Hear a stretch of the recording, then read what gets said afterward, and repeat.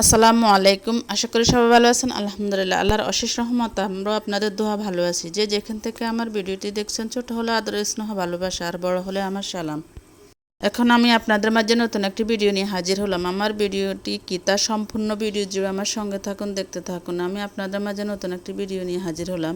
ভিডিওটি হলো যে আজকে অনেক দুঃখের একটা দুঃসংবাদ নিয়ে আপনাদের মাঝে হাজির হলাম। যদিও ভিডিওটি আমার দুই তিন দিন আগের করা, কিন্তু বয়স যেহেতু আজকে দিয়েছি, আর মন মানসিকতাও ছিল না যে ভিডিও আপলোড দিব, ওই ধরনের মন মানসিকতাও ছিল না। তারপরেও দিলাম, আপনাদের মাঝে একটু ভিডিওটা শেয়ার করলাম।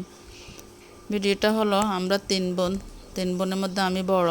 আমার মেজ বোন, ওর ভাগ্নি, ওর নন্নসর মেয়ে মানে ভাগ্নি, ওর ভাগ্নি মানে আমারও ভাগ্নি। তো বিয়ে হয়েছে, গত বছর বিয়ে হয়েছে। হওয়ার পরে ওর হাজব্যান্ড ছিল প্রবাসী, তখন প্রবাসে চলে গেছে। এরপর রমজানের কিছুদিন আগে প্রবাস থেকে আসছে। আসার পরে ওদের বাড়িতে কাজ ধরছে, ওরা ভাড়া বাসায় থাকতো। এরপরে বাড়িতে কাজ ধরছে, কাজ ধরাতে মানে একটু এদিক সেদিক দৌড়াদৌড়ি ছিল। কিন্তু ওর ভাগ্নি 20 রমজানের পর হইতে একটু অসুস্থ। তো সবাই মুরব্বীদের কাছে বলছে আর মুরব্বীরা নাকি বলছে যে হয়তো বা ও সুখবর আছে, মানে বাচ্চা কনসিভ করছে, এই জন্য ও খাওয়া দাওয়া করতে পারতেছে না।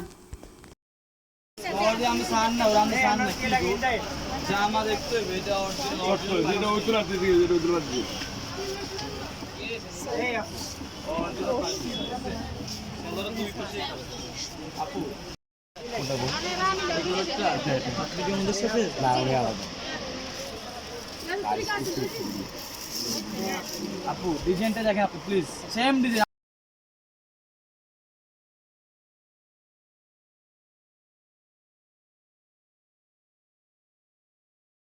বাপি সাও আমার মা কি জামা কিনছিস দেখছো? আসসালামু আলাইকুম বাপি।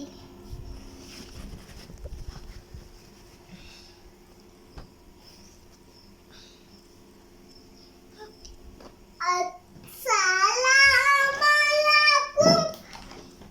ঈদ মুবারক। আসিয়ার না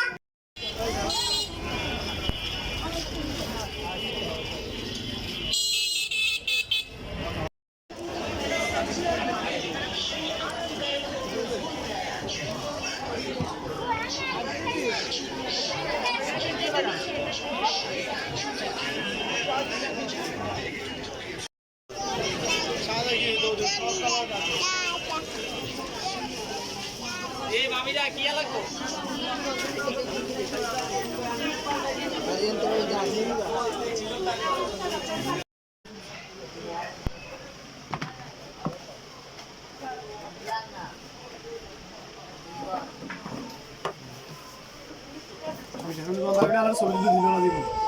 ভাগ্নিটার শরীরটা অসুস্থ। মুরব্বীদেরকে বলছে, মুরব্বীরা এই কথাই বলছে যে সুখবর আছে, হয়তো বা ওই জন্য খাওয়া দাওয়া করতে পারতেছে না, বমি হইতেছে। কিন্তু তার শরীরে যে মরণ ব্যাধি রোগ আক্রান্ত করেছে সে নিজেও জানে না। এরপরে 25 রমজানের পরও তারপরে শরীর দুর্বল হয়ে যাচ্ছে আস্তে আস্তে। তারপরে ঈদের আগের দিন ওর মানে ভাগ্নির আর একটা ভাগ্নি, বড় ভাগ্নি যায়, ছোটো বোনকে নিয়ে আসছে, মানে বড় বোন গিয়ে ছোটো বোনকে নিয়ে আসছে। কিন্তু বলছে, ওকে অনেকবারে বলছে যে বাবার বাসায় আসুক, ডাক্তার দেখাক। ভাগ্নিটা বলতেছে যে তার হাজব্যান্ড একটা মানে নতুন বিবাহিত জীবনে নতুন ঈদ, বলতেছে হাজব্যান্ডের সাথে ঈদ করবে, ঈদ করার পরে সে নাকি যাবে বাবার বাসায় বা ডাক্তার দেখাবে। ও যায় নাই।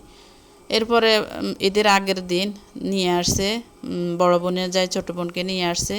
আসি বলতেছে যে ডাক্তার দেখাবে, কিন্তু তখন সে খুবই অসুস্থ। ঈদের আগের দিন আবার সব বন্ধ, ডাক্তারও দেখানো সম্ভব হয় নাই। তো বলছে যে ঈদের দিন ডাক্তার দেখাবে। এটা বলে সকাল থেকে ঈদের দিন সকালে ও মানে খুবই অস্থির হয়ে যাচ্ছে। এরপরে বলতেছে যে কখন যে গাড়ি আসবে, কখন ডাক্তার দেখাবে। তখনও সে সুস্থভাবে কথাবার্তা সবে বলতেছে। এরপর বিকেল 3টার দিকে মাইজদি ডাক্তারের কাছে নিয়ে আসতে প্রাইম হাসপাতালে ডাক্তারকে দেখানো হয়েছে।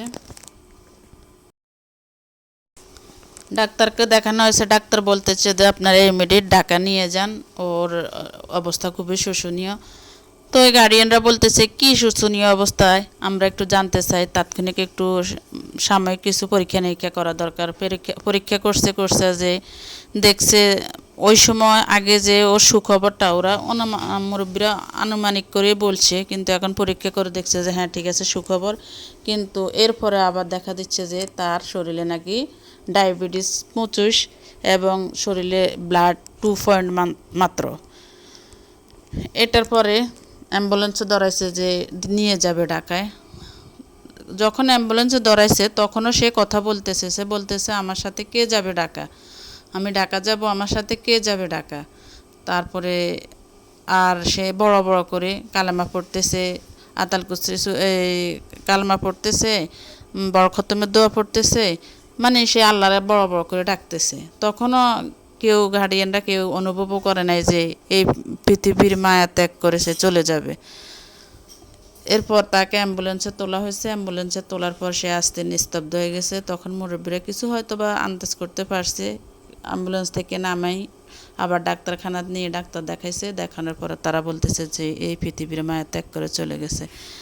যাক, ঈদের দিন কাউকে হাসায় কাউকে কাঁদায়। আর মেয়েটা আমার ভাগ্নিটা খুবই ভালো ছিল, খুবই ভালো ছিল, বলাবিহীন, এত অমায়িক, ভালো আচার ব্যবহার, তার সব দিক দিয়ে এত ভালো। সেই মরণকালেও কালেমাটা পড়ে আল্লাহর কি হুকুম, সে নিজে নিজে কালেমা পড়ছে, নিজে নিজে বরখতমের দোয়া পড়ছে, নিজে নিজে আল্লাহকে অনেক ডাকাডাকি করছে। আর বলতেছে তোরা আমাকে ডাকা নিস না, আমাকে বাড়ি নিয়ে চল, আমার থেকে ভালো লাগে না, কেমন কেমন লাগে, আমার মনে হয় যেন দম বন্ধ হয়ে আসতেছে। এগুলা বলতেছে, বলতে বলতে সেই এমনভাবে সুন্দরভাবে মানে মত আল্লাহ তাকে দিয়েছে। যাক, ফ্যামিলিকে ধৈর্য ধরার মতো সে তৌফিক দেখ, সে ধৈর্যশীল বানাক। সবাই তো ভেঙে পড়েছে, সবাই তো অস্থির, কান্নাকাটি। আজকে 2 দিন হয় কিন্তু কারোর মুখে খাওয়া দাওয়া কিছুই হচ্ছে না। আজকে সকাল 7টা বাজে জানাজা হয়ে গেছে। আর আমিও যাওয়ার জন্য প্রস্তুত ছিলাম, কিন্তু যেহেতু আজকে ঈদের পরের দিন গাড়ি ঘোড়া যানজট, ইভেন এত সকাল সকাল রোডে গাড়িও পাওয়া যাবে না। আর আমার বাড়ি থেকে অনেক দূরে প্রায় 2 ঘন্টার রাস্তা, এজন্য আমি যেতে পারি নাই। কিন্তু আপনাদের মাঝে এই দুঃখের সংবাদটা একটু শেয়ার করলাম। জানি না আল্লাহ হঠাৎ কার মত কীভাবে বাজে, আল্লাহ আজরাইল শোয়ার করে। ঈদের দিন অনেক আনন্দ ফুর্তি, সবাই অনেক আনন্দ ফুর্তি নিয়ে ব্যস্ত, কিন্তু অনেক ফ্যামিলিতে অনেক জায়গায় আসে এই ঈদের দিনও খুবই দুঃখ, খুবই কষ্ট, খুবই বেদনা, সারা জীবনের একটা কান্না। যাক, আল্লাহ তাদের ফ্যামিলিকে ধৈর্য ধরার মতো সে শক্তি, সেই আল্লাহ তাদেরকে দেখ।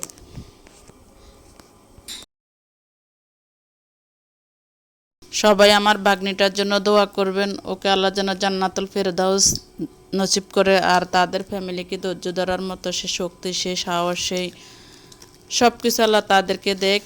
কিন্তু আমরা দূর থেকে যাই বলি না কেন, যাহারা ওদের নিকট মা বাবা ভাই বোন সবাই খুবই দুঃখজনকভাবে কান্নাকাটি সবই করতেছে। হঠাৎ একটা মত, শাসমা বেগুন দেখতে হারি তাই এইদিকে দেখো,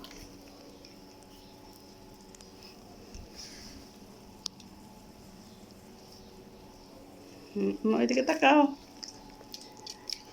রূপা হাতে টুপি নেয় না, জুটিকে করে না, যাও হাঁটো। এটা দিও না, এটা হাতে দিও নাম্মু, নাড়িটা নিয়ে না এটা হাতে দিও নাম্মু। নাড়িটা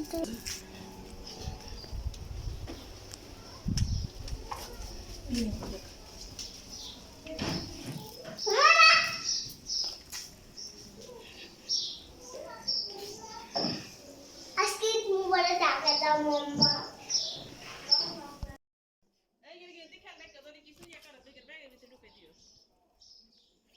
মাথা জুটি রে আসলে জুটি করতে দেন রূপা দেখেন আসো তো লসে মাইয়ে গেছে জামাগা ইয়ে করি দেখছেন এই সৌন্দর্য নষ্ট হয়ে গেছে। মানে আমার ভিডিওটি কোনো অংশ যদি আপনাদের থেকে একটু ভালো লাগে অবশ্যই লাইক কমেন্ট শেয়ার সাবস্ক্রাইব করে পাশে থাকবেন, পাশে থাকা বেল আইকনটি বাজিয়ে দিবেন আর আপনাদের সুন্দর সুন্দর মূল্যবান মতামত জানাই যাবেন, তাহলে আমি সামনে ভিডিও করতে অনেক উৎসাহ পাবো।